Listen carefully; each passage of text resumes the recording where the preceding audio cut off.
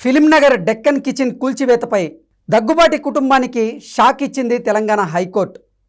Court నిబంధనలను ఉల్లంఘించారంటూ కూడా దగ్గుబాటి కుటుంబంపై హీరో వెంకటేష్, ప్రొడ్యూసర్ సురేష్ బాబు, అలాగే దగ్గుబాటి కుటుంబం పైన కేసు నమోదు చేయాలని ఆదేశాలు జారీ చేసింది తెలంగాణ హైకోర్టు.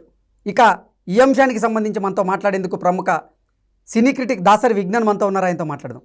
విజ్ఞాన్ గారు, హాయ్ అండి. హాయ్. దగ్గుబాటి కుటుంబానికి తెలంగాణ హైకోర్టు భారీ షాక్ ఇచ్చింది. డెక్కన్ కిచెన్ కూల్చివేతపై ఆగ్రహం వ్యక్తం చేస్తూ వారిపైన అరెస్ట్ ఇష్యూ జారీ చేసింది. ఎందుకు అసలు ఈ వివాదం తెరమీదకి వచ్చింది? ఏమైంది అసలు ఈ వివాదంలో అంటే ఏం చెప్తారు? యాక్చువల్లీ మన రామానాయుడు స్టూడియో ఉంది కదా, ఫిలింనగర్ రోడ్ నెంబర్ 1, కొంచెం వాళ్ళకి సంబంధించిన ప్రాపర్టీ, ఫ్లాట్ నెంబర్ 2. సో అక్కడ వీళ్ళు ఏం చేశారంటే, ఒక స్థలం ఉంది కదా, ప్రైవేట్ వాళ్ళకి రెంట్కి ఇచ్చారు. జస్ట్ ఏదన్నా చేసుకో, lease, rent in sense lease, some kind of period of lease ఇచ్చారు. సరే, బాగానే ఉంది. ఆ లీజ్ అయినా కూడా బాగానే నడుపుకుంటున్నాడు. ఆయన ఏం నడుపుకుంటున్నాడో ఆయనకు కలిసి రాలేదో, లేకపోతే ఆయనకు అచ్చి రాలేదో, లేకపోతే ఆయన సాయాశక్తులా ప్రయత్నించినా సరే అమ్ముడు పోవట్లేదో ఆయనకు సంబంధించిన సరుకు.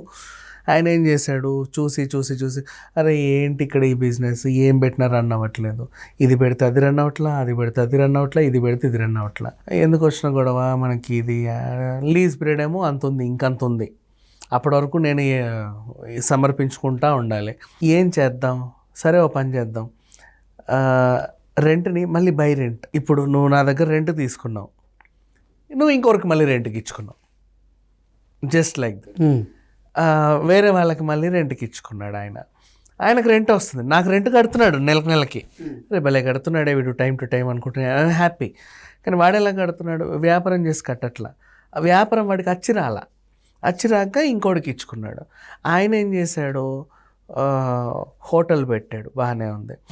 ఇవాళ రేపు మనకి ఏంటంటే, ఇప్పుడు ఒక టిఫిన్ సెంటర్ పెడితే ముందు ఒక జ్యూస్ పాయింట్ పెట్టుకోవాలి. అంటే కొంచెం మన పరిధి మేరకు ఉండే టిఫిన్ సెంటర్కి కొంచెం 4 అంగుళాల భూమి కొంచెం ఎక్స్ట్రా ఇస్తాడు.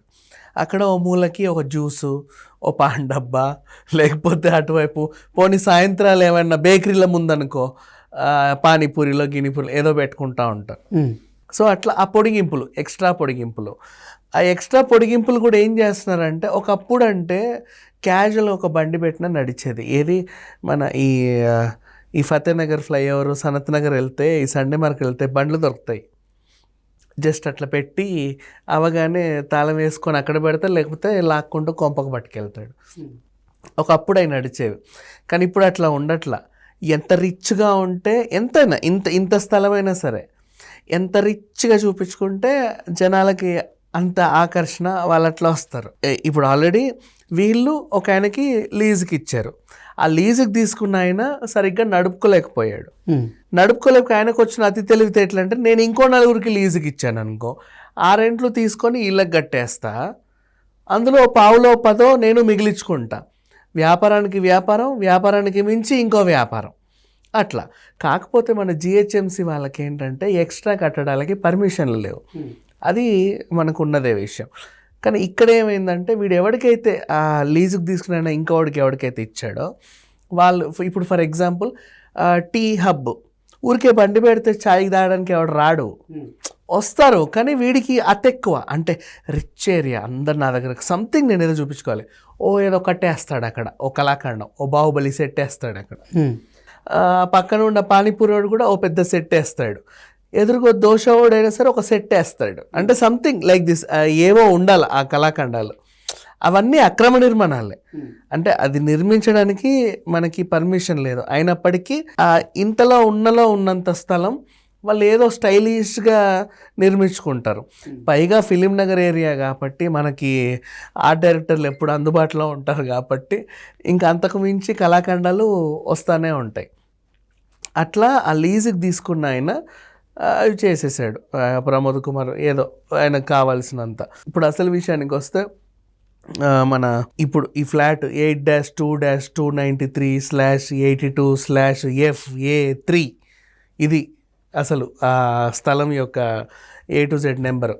కరెక్ట్ ఈ స్థలం ఏమైందంటే వెంకటేష్ గారికి చెందింది, మన సురేష్ బాబు గారికి చెందింది, అంటే వాళ్ళ ఫ్యామిలీకి, మన దగ్గుబాటి ఫ్యామిలీకి చెందింది, ఎవరిదైతే ఏముంది వాళ్ళకి చెందింది. సో వాళ్ళకి నోటీస్ వచ్చింది, ఏమని, బాబు బాబు బాబు మీకేదో స్థలం ఏదో ఉంది, దాన్ని మీరు ఎట్లా అన్నా ఏమైనా చేసుకోండి, కానీ ఏమో రకరకాల కళాఖండాలు కట్టారు, అట్లాంటివన్నీ ఇక్కడ పర్మిషన్ లేదు, జిహెచ్ఎంసీ పరిధిలో ఉంది ఇది, మీరు ఇదేదో కొంచెం చూసుకోండి అని నోటీస్ వెళ్ళింది. ఆయన ఏం చేశాడు, ఏ బాబు ప్రమోద్ కుమార్ నేను నీకు అదేదో ఇచ్చా, నువ్వు ఇంకేదో చేయాలనుకొని ఇంకేదో చేసావు, అక్కడ ఏదో అక్రమ కట్టడాలు కట్టావంట, పెద్ద పెద్ద ఏవో చేసావంట, నాకు నోటీస్ వచ్చింది, నీకు కావాల్సింది నేను ఇస్తున్నాను కదా, మీకు టైం లీజ్ తీసుకున్నాను కదా, నేను ఇది లీజుకు తీసుకున్నా, ఈ టెరిటరీ నాది, ఈ పరిధిలో నేను ఏమన్నా చేసుకుంటా, నా ఇష్టం ఆయన, కానీ నోటీసులు ఏమో ఈయనకి వెళ్తున్నాయి, ఇట్లా కాదు అని చెప్పి ఆయన మీద కేసు వేశారు. ఇది జరిగింది. ఓవరాల్గా చెప్పాలి అనుకుంటే ఇక్కడ ఇన్నోసెన్స్ అంటే బిజినెస్ ఇన్నోసెన్స్ వైజ్గా వెళ్ళాలనుకుంటే నిజం చెప్పాలంటే ఎవరు తప్పు లేదు. నేను నీ దగ్గర ఏదో అద్దెకి తీసుకున్నా, నువ్వు పెద్దింటి ఏదో అంటే ఇన్ఫ్లుయెన్స్ ఉన్న వ్యక్తివే, ఏదో తీసుకున్నా, నేనేదో పెట్టుకున్నా వ్యాపారం, నడవలేదు అంటే నాకు కూడా నడిపించే తెలివితేటలు లేకపోవచ్చు, సరిగ్గా అంటే నాకు క్యాపబిలిటీ లేకపోవచ్చు, లేదా అక్కడ నేను అనుకున్న బిజినెస్ నడవకపోవచ్చు, కానీ ఒక చిన్న తెలివితేట వచ్చింది, ఏంటి, ఎట్లా వాడి దగ్గర లీజుకి తీసుకున్నా, నేను సంవత్సరానికి చేతులు ఎత్తేసా, కానీ ఇంకా 4-5 సంవత్సరాలు నా లీజ్ పీరియడ్ ఉంది, నేను చేయాల్సిందంటే వాడికి రెంట్ కట్టాలి అంతే, వాడికి నేను సమాధానం, నేను ఎందుకు లాస్ అవ్వాలి, అదే ఇంట్లో కూర్చోడానికి ఇవంతా వేస్ట్ కదా, దీన్ని ఇంకెవరికన్నా ఇచ్చాను అనుకో ఆడేదో పెట్టుకుంటాడు, ఆడు నాకు ఇస్తాడు, నేను ఈడికి ఇచ్చుకుంటా, కానీ ఆ పెట్టుకునేటోడు ఏదైతే పెట్టుకుంటున్నాడో దానికి పర్మిషన్ లేదు, అక్కడ ఈ లీజుకి తీసుకున్న పప్పులో కాలేసాడు. కానీ నోటీస్ ఎవరికి వెళ్ళొద్ది, మెయిన్ యజమానికి వెళ్ళొద్ది, వీళ్ళందరూ లీజ్దారులే, వీళ్ళది ఏం ఒరిగిందని లేదు. కోర్టు ఆదేశాలను ఉల్లంఘించారంటూ కూడా ఈరోజు హీరో దగ్గుబాటి వెంకటేష్ మీద, అలాగే దగ్గుబాటి సురేష్ బాబు మీద, వాళ్ళ కుటుంబ సభ్యుల మీద కేసు నమోదు చేయాలంటూ కూడా కోర్టు ఆదేశాలు జారీ చేసింది. కానీ ఇక్కడ విషయం ఏంటంటే ఈయన కూడా స్టే తెచ్చుకున్నాడు కోర్టుకి వెళ్ళి, ఈయనకంటూ కొన్ని రూల్స్ ఉన్నాయి, ఎవరైతే లీజుకి తీసుకున్నాడో ఆయనకు కూడా ఇప్పుడు ఎంత ఓనర్ అయినప్పటికీ మనం రెంట్కి తీసుకున్న రెంటల్ అగ్రిమెంట్ ఒకటి ఉంటుంది, మనకు కూడా కొన్ని హక్కులు ఉంటాయి ఎంత రెంట్కున్నా కూడా. అట్లా ఈ లీజుకి తీసుకున్న ఆయనకు రూల్స్ రెగ్యులేషన్స్ ఉన్నాయి. ఆయన ఏం చేశాడంటే, నీకు టైం టు టైం రెంట్ కట్టాలి అంతే. నేను ఇక్కడ వ్యాపారం పెట్టాలనుకున్నా, ఏదో పెట్టాలనుకున్నా, నువ్వు అప్పుడు నాకు పర్మిషన్ ఇచ్చావు, ఏదో ఒకటి చేసుకోపో అన్నావు. ఇప్పుడు ఆడేవాడో వచ్చి ఇదొద్దు అది అదొద్దు ఇది అంటున్నాడు, అది నేను వాళ్ళని ఏదో సత్తు మనకు ఇచ్చుకుంటా, తర్వాత సంగతి. కానీ నువ్వు మధ్యలో వచ్చి మొత్తం క్యాన్సిల్ చేయి, నాది నాకు ఇచ్చేయి, నువ్వు ఇక్కడ నుంచి పో అంటే కుదరదు. నేను ఇంకా లీజ్ పీరియడ్లో ఉన్నా, నాకు వాళ్ళు ఇచ్చేది నాకు కొంత పావులా మిగులుతుంది, మిగిలిన దాంట్లో నీ రెంట్ నేను నీకు టైం ఇస్తున్నా, ఇప్పుడు మళ్ళీ నువ్వు నాకు కడుపు కొడుతున్నావు, ఇప్పుడు ఇదంతా పోతే నేను మళ్ళీ నెత్తిన తడిగుడ్డు వేసుకొని చావాలి, ఎందుకంటే నీకు ఆల్రెడీ లీజ్ పీరియడ్ లీగల్ ప్రకారంగా ఇంకొంచెం ఇంత ఉంది నాకు పీరియడ్, అట్లా ఏదో చేసుకుంటున్నా, అది నేను వాళ్ళని సర్దుమణిగి ఇచ్చుకుంటా, నువ్వు మధ్యలో ఇంటర్ఫియర్ అవ్వకు, కొంచెం ఉండు. కానీ ఇక్కడ వీళ్ళు ఏంటంటే, బాబు ఏది ఏమైనా చీమ చిట్టుకుమన్నా Venkatesh family, Daggubati family, Ramanaidu family ఏదో చేసింది న్యూస్లో వస్తున్నాయి. నువ్వు చిన్నవి చేస్తున్నావు, నువ్వు బాగానే చేస్తావులే, నువ్వు సెటిల్మెంట్ బాగానే చేస్తావు, నేను అర్థం చేసుకుంటా, కానీ ఊరికే మా మీద లేనిపోని నిందలు వస్తున్నాయి. నువ్వు పో, అట్టెట్లా కుదురుతుంది, నేను ఆల్రెడీ అగ్రిమెంట్లో నేను పోను, అదే పద్ధతిగా నువ్వే చేసుకో, అట్టెట్లా కుదురుతుంది, నా వల్ల అవ్వట్లే, అందుకనే వాళ్ళకి ఇచ్చుకున్నా.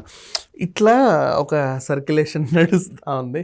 అంటే ఇక్కడ ఎవరిది తప్పు లేదు, యాక్చువల్లీ వీళ్ళని మోసం చేయాలని లీజుకి తీసుకున్న ఆయన ఏమి చేయాల, లీజుకి తీసుకున్న ఆయన దగ్గర వ్యాపారానికి రెంట్కి తీసుకున్న వాళ్ళు కూడా ఎవరినో మోసం చేయాలని ఏం లేదు. ఆ ఏరియా మంచి ప్రైమ్ లొకేషన్, వాళ్ళు ఏది పెడితే అక్కడ ఏం రన్ అవుతుందా అని చెప్పి చూస్తున్నారు. కాకపోతే ఈరోజు రేపు ఏమైందంటే, మన జనాలకి, నార్మల్ జనాలకి సంథింగ్ అక్కడ ఏదో కళాఖండం ఉంటే తప్ప అరే ఇదేంటి అని అక్కడికి వెళ్ళబుద్ది అవ్వట్లా.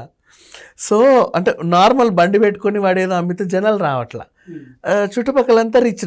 ఇప్పుడు ఆ ఏరియాలో ఏముందంటే పక్కన మూన్ షైన్ పబ్ ఉంది, 2 అడుగులు వేస్తే సింప్లీ సౌత్ మన షెఫ్ చలపతి గారిది అదేదో ఉంది.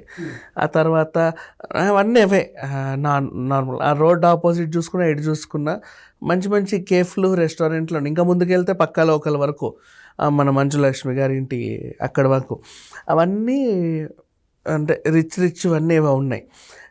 ఉన్న వాళ్ళు కూడా మంచి కాస్ట్లీ ఏరియాలో ఉన్న వాళ్ళు హై క్లాస్ పీపులే. వాడు వెళ్ళాలి అంటే బండి ఆపుకొని రోడ్డు దగ్గర టీ తాగడు. సంథింగ్ టీ హబ్ అని ఉంది, 2 కుర్చీలు వేస్తే వాడు అక్కడికి వెళ్ళి అక్కడే టీ తాగలేవాడు. అట్లా ఉంటుంది వాళ్ళ ఇది. సో వాళ్ళని అట్రాక్ట్ చేయాలంటే వీళ్ళు కూడా ఏదో ఒక సెట్ వేసుకొని అక్కడ కూర్చోవాలి. వీళ్ళు చేసింది అది. అయితే ఇక్కడ ఏమైందంటే జిహెచ్ఎంసీ పరిధిలోకి వచ్చేసరికి అది అక్రమ కట్టడం అయింది. అక్రమ కట్టడం వీడిని క్వశ్చన్ చేస్తేనేమో ఇతను ఈ ల్యాండ్ పలానా వాళ్ళది అన్నాడు. అక్కడికి నోటీస్ వెళ్ళింది. వాళ్ళు ఈయనని క్వశ్చన్ చేస్తే నేను నడపలేక వీళ్ళకి ఇచ్చుకున్నాను, నీ రెంట్ నీకు ఇస్తున్నాను కదా అని ఇతను. సో ఇట్లా ఒక ట్రయాంగిల్. ఎవరి తప్పైతే లేదు, అందరూ బిజినెస్ చేసుకోవడానికే ఉన్నారు. కాకపోతే ఎందుకు జిహెచ్ఎంసీ వాళ్ళకి ప్రాబ్లము అంటే మెయిన్ రోడ్డు మోస్ట్లీ దానికంటూ కొన్ని సర్కమ్స్టెన్సెస్ ఉంటాయి. పార్కింగ్ సరిగ్గా ఉండాలి, ఇంకేవేవో ఉండాలి. అవన్నిటికీ అతీతంగా ఉంటే కొంచెం క్లాస్ ఏరియాలో వాళ్ళు కొంచెం అభ్యంతరం తెలుపుతారు. పైగా ఇవాళ రేపు ఏమైందంటే ఈ ల్యాండ్ ఎవడో సెలబ్రిటీకి చెందింది అంటే ఇంకా పని కట్టుకొని కూడా పోక్ చేస్తూ ఉంటారు. ఇది కొంచెం ఇట్లాంటి సిట్యువేషనే. కాకపోతే సర్దుమణుగుద్దని అనుకుందాం, అంతమించి ఇంకేం చేయాలి.